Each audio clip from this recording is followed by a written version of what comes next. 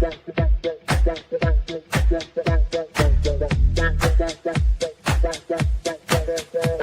Connections Radio presents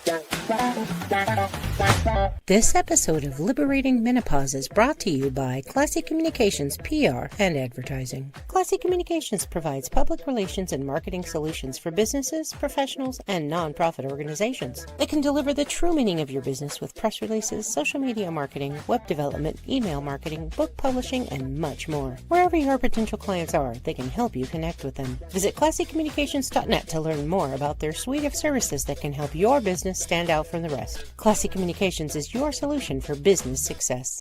Hi, welcome. Welcome to a new episode of Liberating Menopause. I'm your host, Lisa Vasquez, and I'm so excited for today's episode.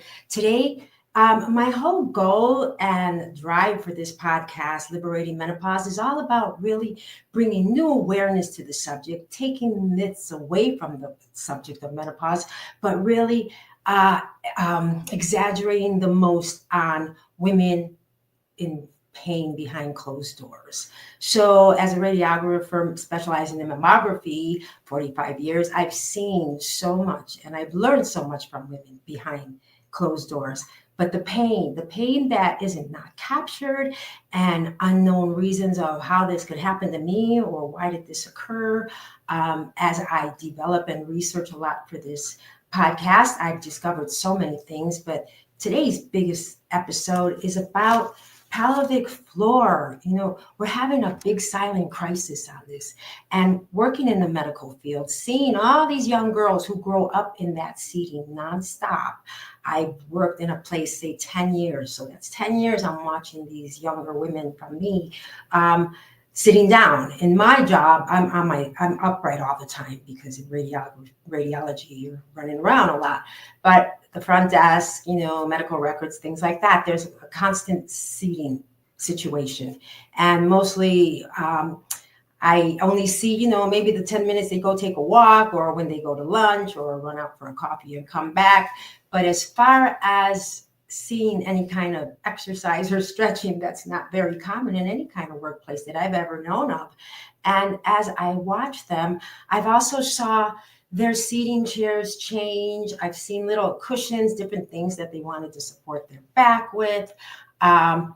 Those back massager things that you apply to yourself while you're sitting there. So obviously, and this is 10 years of my life with them there. They've been there, they were there longer than me. So that's maybe another 6 years more than me. So 16 years they've been sitting down. This is their job. So now that I've known so much more about pelvic floor, the things that happen, studying menopause, you do run across a lot of incontinence and a lot of challenges in, pelvic health. So talking about this, I have to say I was at another event and it was just so cool that I was able to meet with a doctor. And this special guest of mine, she specializes in everything about pelvic floor and what we don't know and what must be brought to the table in the workplace to help alleviate this for our future generations.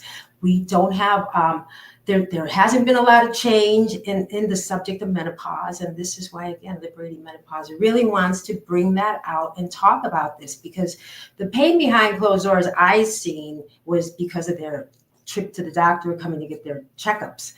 But this all stems from a deeper root cause. And a lot of it transforms into being in the workplace when they come see me for those checkups and things like that. So at this point right now, I'd really like to introduce Dr. Katie. She's a therapy specializing in pelvic floor. And Dr. Katie, welcome. Bagelman, I'm excited to talk with you. So come on up, speak to us and tell me about this challenge women are having. Well, so the hard part is honestly, this isn't something our mothers ever talked to us about. From when we first got pregnant, first had our first period to having our first babies. And once you actually get into menopause, you're not really having this conversation about what's really going to happen. So no one knows really what to expect. You'll get some hot flashes. You might get some mood swings. You might grow some hair. That's the extent of generally what our mothers and grandmothers ever told us. But you don't really know. It's oh no, there's the dryness, there's the leaking, there's the pain with sex. There's so many more things that can just come up that we're just not necessarily prepared for. My favorite one is you go to your OBGYN and say that you have a little bit of leaking. It's like, well, yeah, you've had a couple kids. Of course you're going to leak. Why? Of course you're going to pee your pants. That's normal. It's very common, but it's not normal. So many women that I meet go around thinking it's completely normal to be in pain, to leak, to have urgency, and they're peeing, every hour. They think that that's pretty much normal. That's their new normal, and they have to live with that forever. And that's just not the case. And so tell me what, okay, I get that they wouldn't know, and because that menstruation to menopause is everything. I like to talk about those phases, but this crisis that's happening, what are other things that prolonged seeding has come to, like the complications that has led to? I was wondering because I read back prior to women coming into the workforce back in the 70s, 60s, they were very active at home. So they were upright a lot and they were doing a lot of things, right? But as we went into this workplace and developed this, I was looking to see the history. Do you think this has rolled into, because so many women today have a lot of incontinence problems, nobody taught them to do exercises to build, right? So tell me about that. So there's kind of a multifold problem there. So you start getting the invention of more and more machines. So the housework that we always did just became easier to do. You didn't have to stand at the sink and do dishes all day long. You didn't have to scrub the floors. You didn't have to scrub the laundry. These machines are doing it for you. So there's a little bit less workload that's happening there. And then when you get into an office setting, yeah, you're right. You're sitting for 8 hours a day. So now we're getting even more sedentary lifestyle. The vast majority of women are in careers that are a little bit more sedentary because we're not doing, we're not going construction. We're not building things. We're not fishermen. We're not doing these manual labor positions that men are typically doing. So yeah, generally when we're working, we're sitting most of the day. And then really the concept now is sitting is the new smoking. So there's some stats you'll even hear where, for every hour that you sit, it takes 10 minutes off your life. So you need to work and move that to counteract all of that time that gets taken off. So that's why exercise in general is so important, just for maintaining your just general healthy function. And then you kind of get into all the hormonal side of it. So we're so stressed. Women working are so much more stressed because we've got deadlines and bosses, and you have to make enough money to support yourself and your family and your parents and your kids. And so you just kind of there's this magic age where you're taking care of your elderly parents, but you might also be taking care of your older children still. So there's a lot of stress that women in this age group are coming under too. And so when your stress levels are higher, that's going to, cortisol is your stress hormone. It's a hormone. So those hormones are all going to start to play into each other, and it can affect how balanced that hormonal transition is going to end up being.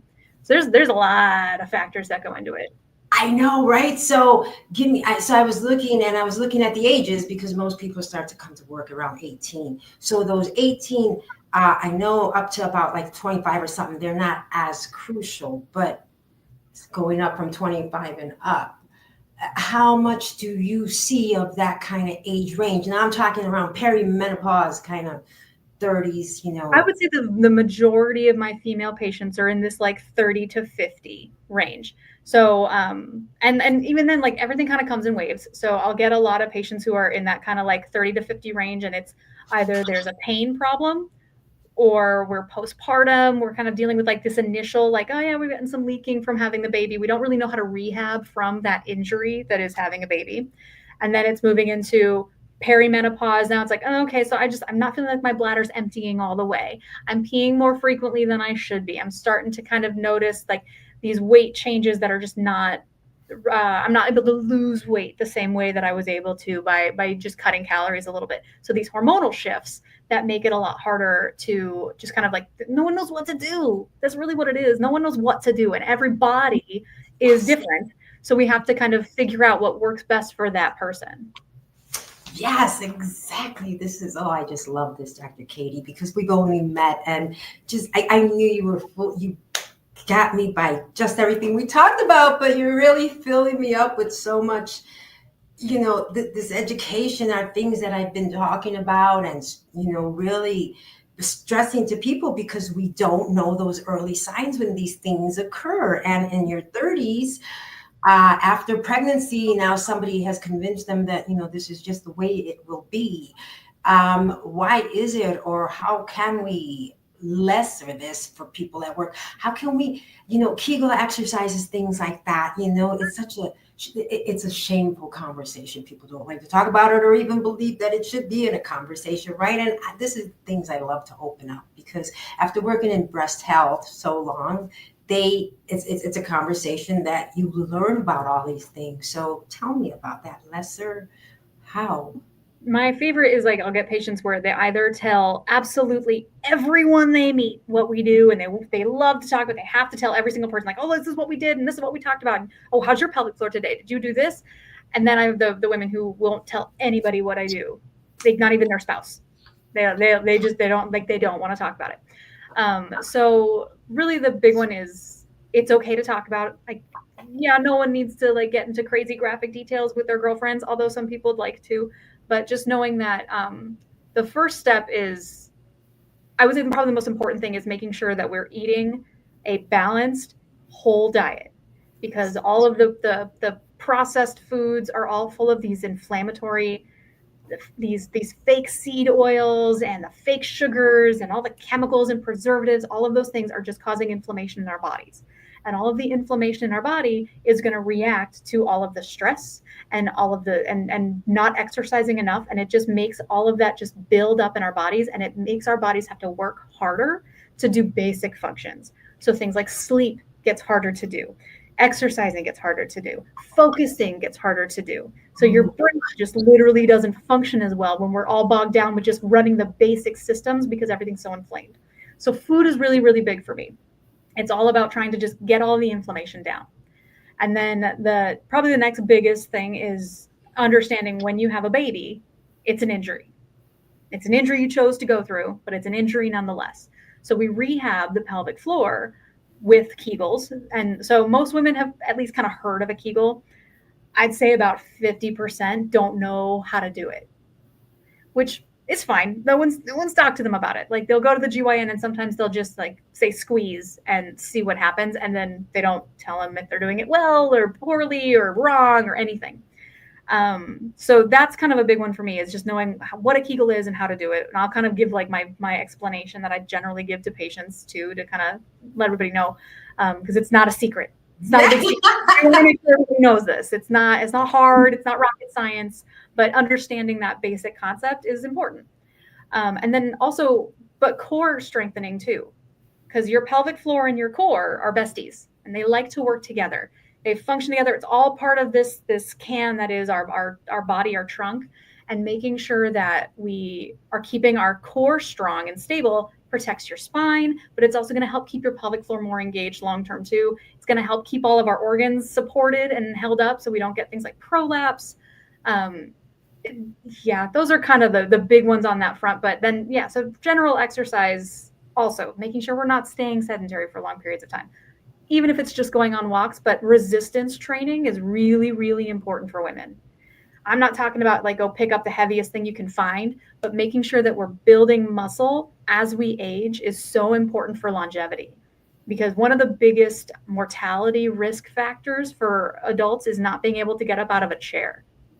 So as we get older, having to really push yourself with your arms to get up out of a chair, or that extra struggle, that really, it's a bad predictor for lifespan. So being strong enough to get up off the floor, to get up out of a chair, to pick up those not super heavy, but heavier things in our lives, being able to do that independently is super important for living long, healthy lives. Wow.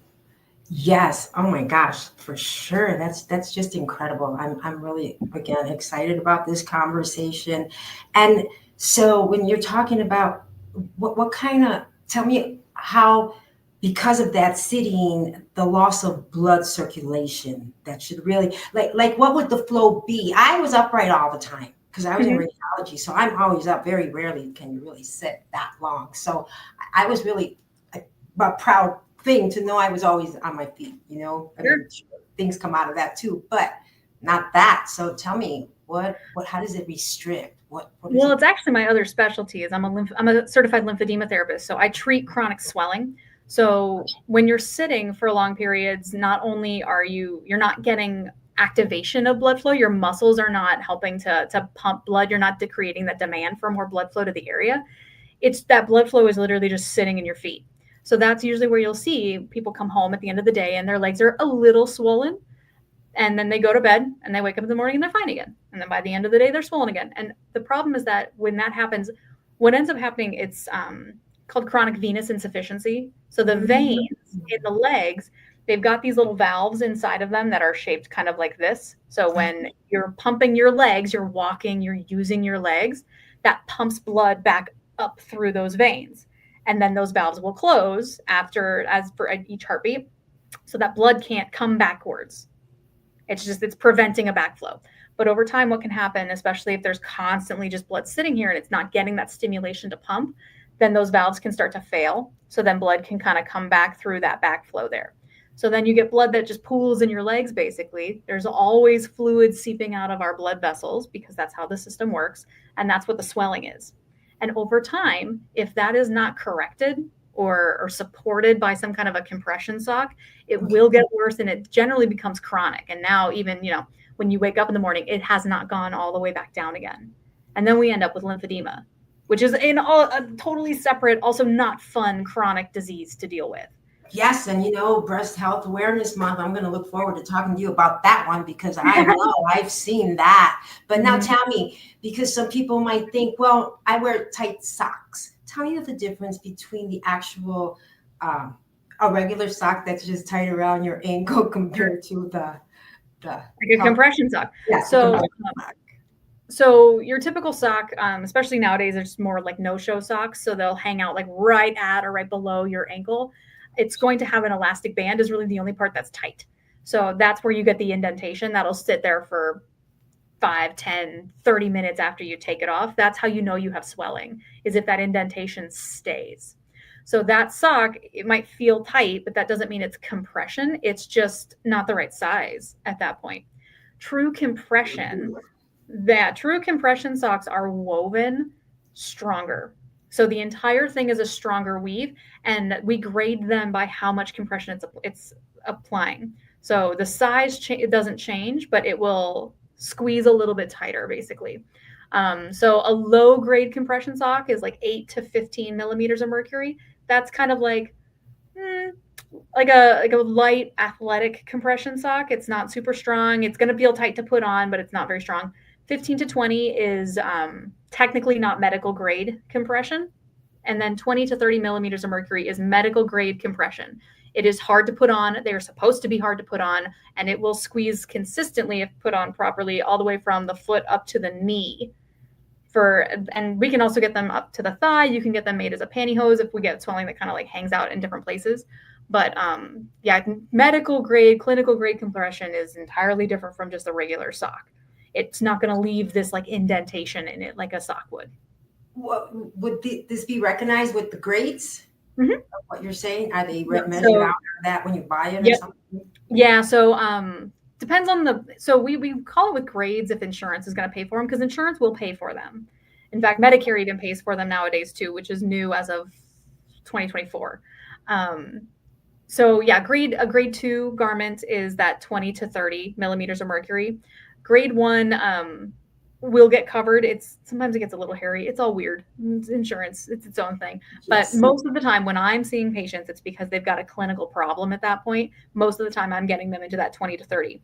The important thing is that when you start noticing it, when it's this like, it's there in the evening, it's gone by the morning, that doesn't mean ignore it. That's not normal. It's not normal to swell. It's just it's common. It's a thing that tends to happen because we're so sedentary all day long. And even for just static standing, if you're just standing still at a standing desk, but you're not moving, it's the same problem. But but now you're getting a lot of compression on your spine too by standing still like that. So you still end up getting this swelling issue, and it's hard on your back. So it honestly, like perfect world, we'd have desks that are standing desks with a treadmill underneath. So we're just kind of walking while we're doing all of our work stuff. Oh, okay. That's very interesting. That was good. I'm going to get to that part. But I want to know, so for especially these women in the workplace, with insurance, is that something that would be covered if you were to recommend that? You know what? At this point, I think because, a lot of people in secretary jobs and stuff like that, I don't really think they're supported and thinking about that this can be done. You know what I mean? Because we need to preserve those legs. I always tell them, 1 out of 7 will live to be 100. And it's how we're going to carry through these phases, right? So do you find that beneficial if they're going to be working in a, office position for years? Oh, yeah. Well, this is their investment. I mean, ladies in administration, all that stuff. But is this something that they would need to have? Because compression socks and stuff, I know you can go buy it at a medical store, but would that be, would they get the correct one? My thing is, how do I make sure that they get the correct one in pantyhose and things like that? Because I'd like to, just when I'm up, because I never had, but I don't want to get veins or anything. So, all this stuff, right? Right. No, it's once if small problems are easier to take care of than big problems. So when things are their early stages, most of the time people can do okay finding some kind of over the counter sock from Amazon. Finding the right size is hard, or it generally shouldn't be too hard if we're not dealing with bigger problems. Going to like a medical supply store, kind of same thing. It should have a generality on the size. It just depends on how much swelling you're really dealing with. If we're at a point now where the limb is significantly larger than it should be, and it's not like an obesity thing, it's just like now we're dealing with like squishy swelling, you want to make sure that you're getting the right size, because literally all the time that's all I hear is, oh, I bought a pair on Amazon but they hurt, or it's too hard to get on, or it squeezed at my ankle and was cutting in, or it squeezed at my knee and is cutting me. I hear it all the time. So once we're dealing with a bigger problem, you really should seek the advice of someone who is clinically trained in chronic swelling. And so that's generally going to be a lymphedema therapist. Medical doctors don't know anything about it. They get 1 hour lecture on the lymphatic system as a whole. Most of them have heard the word lymphedema, not all of them. I actually had an oncologist treating a patient for breast cancer who did not know what lymphedema was. So that happened. What are you saying when those nodes are I told her to get a new oncologist. Yeah. I know that's what I talk about, midlife or, even peri-life. I mean, it's very complicated, and, they want you to make another appointment. First of all, when you get there, you think you're about to say something, and now you got to wait. And then even when you do that one, so I always recommend that if they can't help you, you really have to go find somebody that does understand the language, because it's so rare. We're lacking. We're building, hopefully, toward this, hopefully, with the rest of the new world. But right now, we're pretty short on that demand of midlife healthcare. And since menopause and us women are speaking so much louder now, it's so important. It's more important that the people know that you need to reach and ask your doctor. I mean, honestly, he could take the test for you, but does he really know how to interpret that? Or is he just going to say, okay, you're all in good ranges, Or I was saying that I had a 44-year-old, and it saddened me that she must have had issues, because he diagnosed her and gave her all 3 hormones, but she never got tested first. Oh. So I'm thinking symptoms were just given. She's 44 years old. Of course she got them there. So it was more just a shut up pill, and it really hurt me to know that, because she didn't know. And luckily it's only been 5 months. So, that will change, but that's what I mean. Because women, we don't know. We haven't been in tune to know that these illnesses that accumulate is what rolls up. And then when we're knocking on menopause door, waiting for it to end, we're rolled up in this big ball. I mean, we can't see, right? And I wanted them to have a clear vision on these things, and especially in the workplace. I just seen so much of the women break down right there. I mean, and they're young. That's the whole thing. Do you see a lot of young?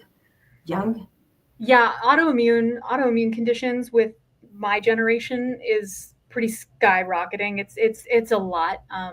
It's one of those where I'm at a point, like, I don't trust Western medicine very much. I don't really consider myself part of Western medicine, because a lot of my practices are very, I don't know. There's a lot of intuition when you're dealing with with body work, when I'm physically touching somebody, you get a different kind of intuition with it. But I don't trust Western medicine. I definitely don't trust primary cares. Honestly, they have to see so many people in such a short period of time. They have no time with people. They're really, their job is to send you to the next specialist, and the specialist, they're only looking at that one organ. There's like 180 different medical specialties that one can have. So the cardiologist does not know anything about your uterus, nothing. They don't remember any of it. So they can't possibly interact with each other in a way that's functional. So I try to encourage patients whenever I can, when you're seeking a medical provider, ideally steer away from an MD.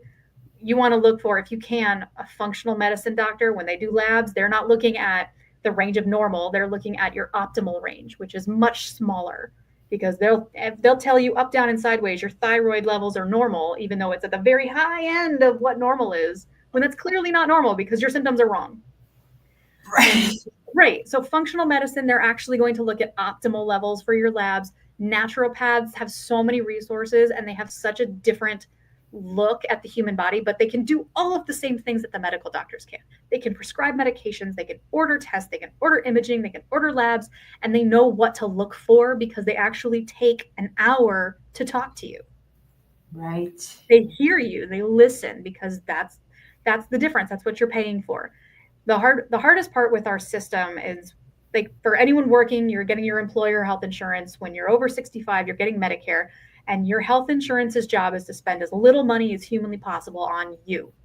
They want to take your premiums, and they're giving it back to the doctor's offices and the pharmaceutical companies. But as far as, it's not a healthcare industry that we have, it's a sick care industry.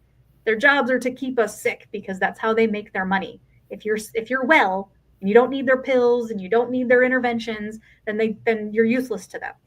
So you have to step outside of that model and talk to somebody who's actually interested in your outcomes and you actually being better, not just being on the most pills. Like, there's this crazy stat. It's something like, on average, by age 35, you're on one medication. And the expectation is that they're adding a medication every decade.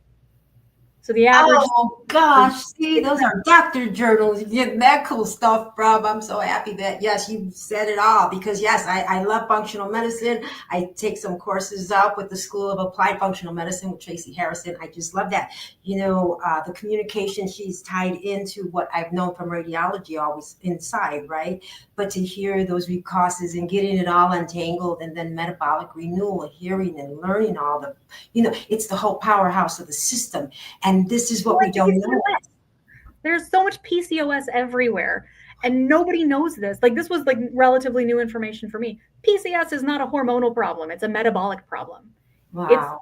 It's 50% of women with PCOS will have type 2 diabetes by the time they're 40. And no one talks about it.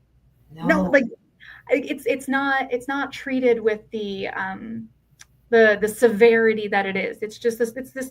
Well, yeah, like I think it's like 10% of women have PCOS, but no one wants to talk about why. That was not the case 50 years ago, 70 years ago. It was almost unheard of.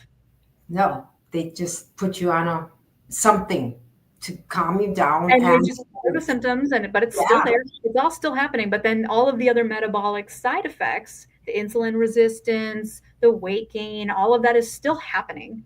It doesn't cure anything. I see it, yes, because there's so many, and they haven't even reached perimenopause from that weight gain and that insulin resistance. And that's the part, again, that just really saddens me. This really hurts. Because like you said, when you're involved in the touching of the person, you are, it like absorbs you and you become part of that, and you can feel that, the energy, whether it's the pain or whatever, from all my life of what I've done and doing and sharing this with women, it would hurt. And so when I would see women growing in this field, like when they would bring food and stuff like that, I had vowed from the beginning, I won't be eating that. They're useless calories to me, but people run to all that junk.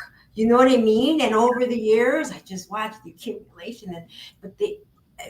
I get upset sometimes that the business, the job itself, like a drug addict, supports that habit by increasing the uniform size.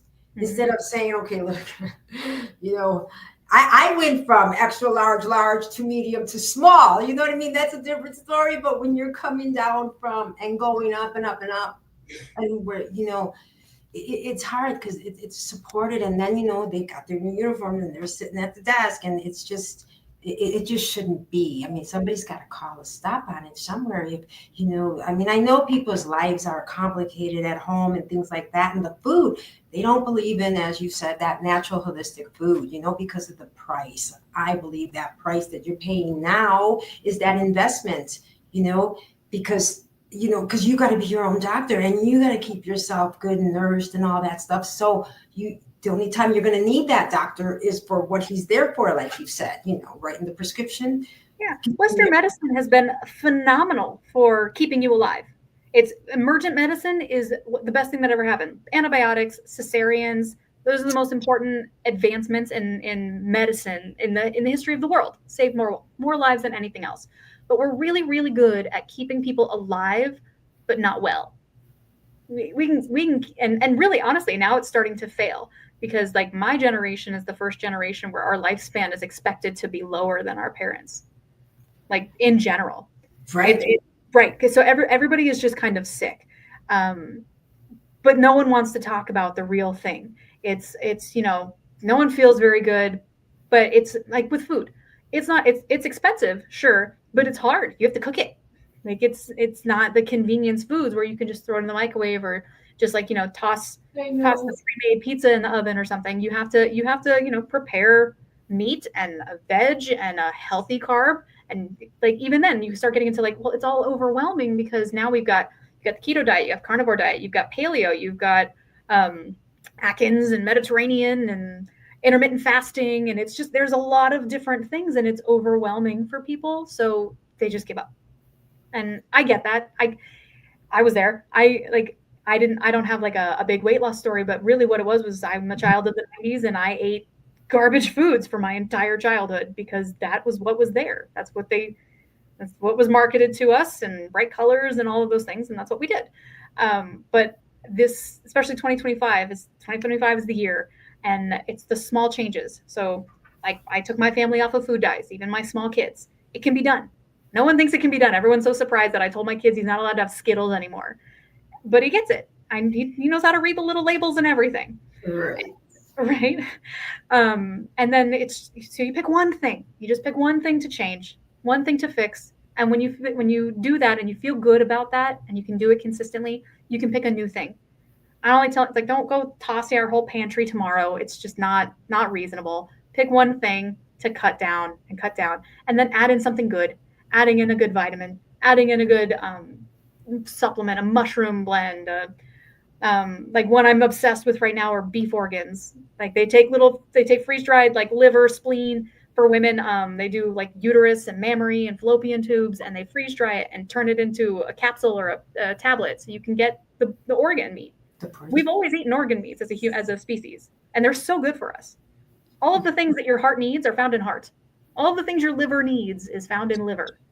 Right. Yes. I love that. I do. I mean, I know they think I'm crazy when I tell some of my friends. I mean, I do. I talk to my organs. You know what I mean? I look at who didn't I feed today? My kidneys, did they get their juice? What did they get? I do. My liver, I make sure. I mean, and it's not crazy because it's like a plant. It's my plants. You know what I mean? And I talk to and nourish my plants. Yes, absolutely. I tell people that when I teach them, it's called urge suppression. So when you get like that, like pee dance kind of, oh, I gotta go, I can't make it. I tell people like, I gotta talk to it. Like it's okay. Like we gotta calm down. It's gonna be fine. We're okay. I can make it. It's gonna be okay. And so usually with urge suppression, I'll have people, you have to relax your legs. You can't cross your legs and squeeze your butt. But you do a Kegel. You engage your pelvic floor while keeping everything else relaxed, and the urge will go away. It will calm down or go away, and then you can walk calmly to the bathroom. But I will swear up and down and sideways that when you talk to yourself, it's easier. Right. I mean, and that is true because those Kegel exercises, that's where you really learn how to use it. If they didn't know, tell them to pretend that you got to go, right? Suddenly you want to pee in your pants, you're going to lock up. And that's it, right? I mean, it's just that simple. So I know that there's a test that during the urine release. If you could stop it midstream and see how much is stopped, over time, you're going to keep building, for the more mature ages that you're headed for. I mean, everything we do today is to support us for later and taking care of ourselves. Because as we know, first of all, getting into a doctor's office and, back to my women in the workplace, the time off, all these different things, but nurturing themselves while they're there, as you were saying, cooking and giving us that good food. They don't want to do it, but it's so important, because how else do you want to see yourself develop? I mean, that investment, that's just that whole investment in you. It's what the body wants. It's going to make you feel so much better. I mean, it's just unbelievable that we have to really tug and pull to get people to really get this. And instead of seeing them at the door, like when you have to see them there. But the incontinence, tell me a little bit more about that with the bladder drop. Does that come just because somebody had a baby and over term they're going to, drop, or what happens? Not necessarily, but that's the most common, is it's an injury of childbirth. So women, especially back in the day, they used to do episiotomies like every time. Just, whatever, we're just going to cut you. That will increase your risk of developing a prolapse where the bladder is going to drop. Forceps will also, it's like 50-50. You will get a prolapse if you had a forceps delivery. Like vacuum, same thing, that will increase odds. And then the more vaginal births that you've had, the higher the risk as well. So like C-sections really does have a lower risk of developing a vaginal a bladder prolapse, as long as you didn't like try to go through the pushing phase of labor.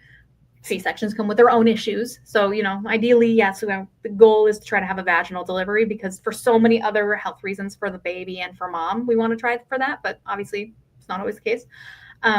So that's probably the biggest contributing factor. But chronic constipation can actually also cause prolapse, because you're constantly pushing. When you're straining and pushing potentially every day, that's going to add a lot of strain on those organs and actually drop that as well. Like heavy lifting. So people who do a lot of like powerlifting, or if you're doing that kind of like a manufacturing job where you're just like bad floors, not lifting well, straining when you're doing anything, like that's going to put a lot more stress on that pelvic floor too. Some women, they don't have kids. They don't really have those other big issues, but sometimes like their ligaments just generally are not super strong, and it's kind of more genetic than anything. Just like hyper flexible, hypermobility type of women. I've seen women get bad prolapses, having had no kids, no nothing. And that one's unfortunately kind of a luck of the draw, but it makes the strengthening so much more important, because prolapse really is a symptom of weakness. Something was injured, something is weak. You're not supporting those organs where they need to be. And so building the thickness of the pelvic floor helps provide that support a little bit more. So there's only so much that exercise alone can do. It just depends on how bad it is. So we grade prolapse and severity. So grade 1 is it's dropped a little bit. Grade 2 is we're kind of getting close to the opening, or even at the opening. Grade 3 is we're now on the outside, and grade 4 is like, it's just out there in the world. 3 and 4 are surgical fixes. I still like to teach women how to strengthen, and because it's part of the rehab process after surgery. But once things are hitting the outside world, you're kind of looking at surgery. If you're not a surgical candidate, there's something called a pessary. So that's I call it, it's like your knee brace, but for your vagina. It just helps hold everything up where it's supposed to be from the inside. So that's something that a urologist or a urogynecologist generally will fit you for. But really, it's still so important to strengthen, because it's that muscle that's helping to support. So the biggest thing that I do, especially when there's no pain, like I don't have like tons of peeing all the time that's not otherwise explainable, we're not having like a lot of pain with sex, things like that. Primarily what they're doing is pelvic floor strengthening and core strengthening. Wow. So my big education on Kegels. So again, like I don't want to gatekeep on this one. Everybody needs to know how to do this. And I've heard a lot of pelvic floor therapists will actively tell people, like on social media and stuff, don't do Kegels until you've been checked on how to do them right. Like 90% of people can do them right. They just don't do them well. So it's all about the quality of what you're doing. Most women are not like pushing when they should be pulling, kind of thing. But my big cues are, when you do a Kegel, you're going to squeeze like you're trying to hold back gas. So actually like trying to hold back gas, that's the best cue for women. They've done research. That one tends to resonate the best. So that one cue helps the most, but really, truly what a whole Kegel is you're squeezing from the back like you're holding back gas. You're squeezing from the front like you're trying to stop peeing midstream, and you're lifting like you're walking into the freezing cold ocean and you're lifting your body away from the water. Those three together, your squeeze and lift, that's your Kegel. Wow. So when we want to work on endurance, so like squeeze and hold for 5 to 10 seconds, depending on what you're able to do. 10 seconds can be a lot if someone's not used to doing this. And then relaxing all the way. The relaxing is really important. If you don't let go, you can't keep squeezing because it's going to make spasm happen. But then also working on power. So we do that with faster contractions. So it's a squeeze, relax, squeeze, relax, squeeze, relax. That repetition, that power will work on endurance too, but it's just like that strong as you can, because that's for that moment when, like, you pee when you sneeze. You got to be able to kick it on quick to not let that happen. So both of those are what you want to work on when you're doing strengthening at home. And last, for the postmenopausal women that have been affected by incontinence, there's some things that I was reading about that they can use, like some type of machines or something. I wasn't sure. I can't remember the name. So what do you think about that? Or what do you say to that postmenopausal women to help that comes to you? Because, she's concerned about this. She wants to have a new life. She doesn't want to. So there's a couple different devices that exist. So there's one called the Emsella chair. It literally looks like a big kind of circle shaped chair. You sit on it, and what it's doing is it's electrically stimulating your pelvic floor to force it to contract, but you're getting like something ridiculous. It's like 1,100 contractions a minute, or in 30 minutes, or whatever the treatment session is. It's too much. It's a lot. So the problem I have with those chairs is that generally they're not screening these women if they have other pelvic floor problems. If it is solely a problem of leaking with coughing, sneezing, there's no urgency, there's no like peeing all the time, there's no pelvic pain, they generally do really well with it until they stop using it regularly. And then it will kind of come back because we're not actively building this mind-body connection on how to control your bladder. So if you want to use it more or less like once a month forever, that's a good option. It does work for those women. But if you have any of those other issues, or overactivity in the pelvic floor, or pain, or urgency, it can actually make some things worse. And they just don't screen. There are things like the Femilift, or the Mona Lisa, like those CO2 lasers. They basically resurface the vagina, and it brings in more blood flow, and it helps plump up all of those tissues. That can be really helpful for prolapse too. That one is somewhat temporary. Generally, most women will have pretty good results for a year, sometimes longer, just depending on like hormonal factors and how well they take care of themselves. So that actually can be really helpful. It's kind of expensive, generally, anywhere from like $1,000 to $3,000 per treatment. You might need 1 to 5 treatments with it. So that one can be pricey, but it can be helpful for several things. It can help with incontinence. It can help with prolapse. It helps with pain with sex. It's rehydrating those tissues when we're postmenopausal. There's more like home unit devices that I will sometimes get for patients who have a hard time just like activating the pelvic floor. If they just they just can't find it well. It's not a good strong squeeze. Basically, it's called an e-stim. It's a vaginal probe that goes internally and puts a little bit of electricity like the chair does, and it forces the muscle to contract. But it's more like a 5-second hold, a 5-second relax. And we'll do that for about a 15-minute session. And so I'll have women, if that's a good option for them, then they can do that every day or every other day, just kind of as like part of their workout routine effectively. And that can be really helpful too. That's one that's generally an easier price. It's more like $150. So because you're located in Arizona, what kind of doctors would these patients be looking for? And is this a preventative thing? Something like we can practice preventive. Yeah. I mean, there's a 40-year-old, you know what I mean? Like every decade we should be building on something. 50s, it should be muscle building for 60s, things like that. Okay. So what would be a good point to start doing some kind of preventative, so that after having a baby. Having a baby for sure. Because it's an injury. So you have to rehab from that injury. that it is, so there's a rehab period after having the baby. It's generally about 6 months or so, where you really want to focus on getting the pelvic floor going, getting the core back engaged. When you get pregnant again, kind of restarting that process during pregnancy and then rehabbing again afterward. If no babies, so women who's never had kids, never been pregnant, it's still worth probably around in their 30s, making sure that they're at least kind of thinking about it. Like, oh, I mean, just, when I'm at a red light, when I'm waiting in line at the store, when I can't fall asleep at night, those are good times to just do 5 or 10 Kegels, just to do them. If there's ever where symptoms are starting to arise, that's when you kick it into gear.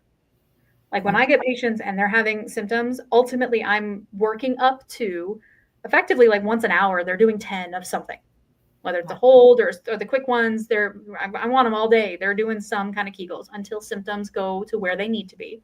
Once we've kind of gotten where we need to be, then we go down to maintenance again. And it's, a couple times a day, but really Kegels are forever. Thank you. I mean, and so is our hormone, and exercise in general. That's what we exercise. Long-term deficiencies. That's why it's such a challenge, and we really need to keep up with it. Gosh, Dr. Katie, I'm really excited for this conversation, and I'm going to look forward to bringing you back because there's so much more to talk about, especially since you've been talking about that menstruation. I want to bring up My Girl in Red, my new book, Your Hormones Are Showing. This is out now, so I will be putting on our thank you to prconnectionsradio.com, posting it on my website for this. But I'm excited about this because this whole conversation, getting into menstruation, endometriosis, things like that, I'm going to look forward to those conversations because this is what I'm talking about when I talk to the ladies is we're seniors, but we got to become a freshman again because we have a long road to go to really keep ourselves in condition by understanding the very beginning, how it all started. Even though we went through it, there's a lot to understand and learning about this. So thank you for joining us today. I'm looking forward to our next time I can bring you back on. Thank you, prconnectionsradio.com, Liberating Menopause, Lisa Vasquez. Thank you, everyone. PR Connections Radio thanks you for watching this podcast. Check out more episodes of this show and our others at prconnectionsradio.com.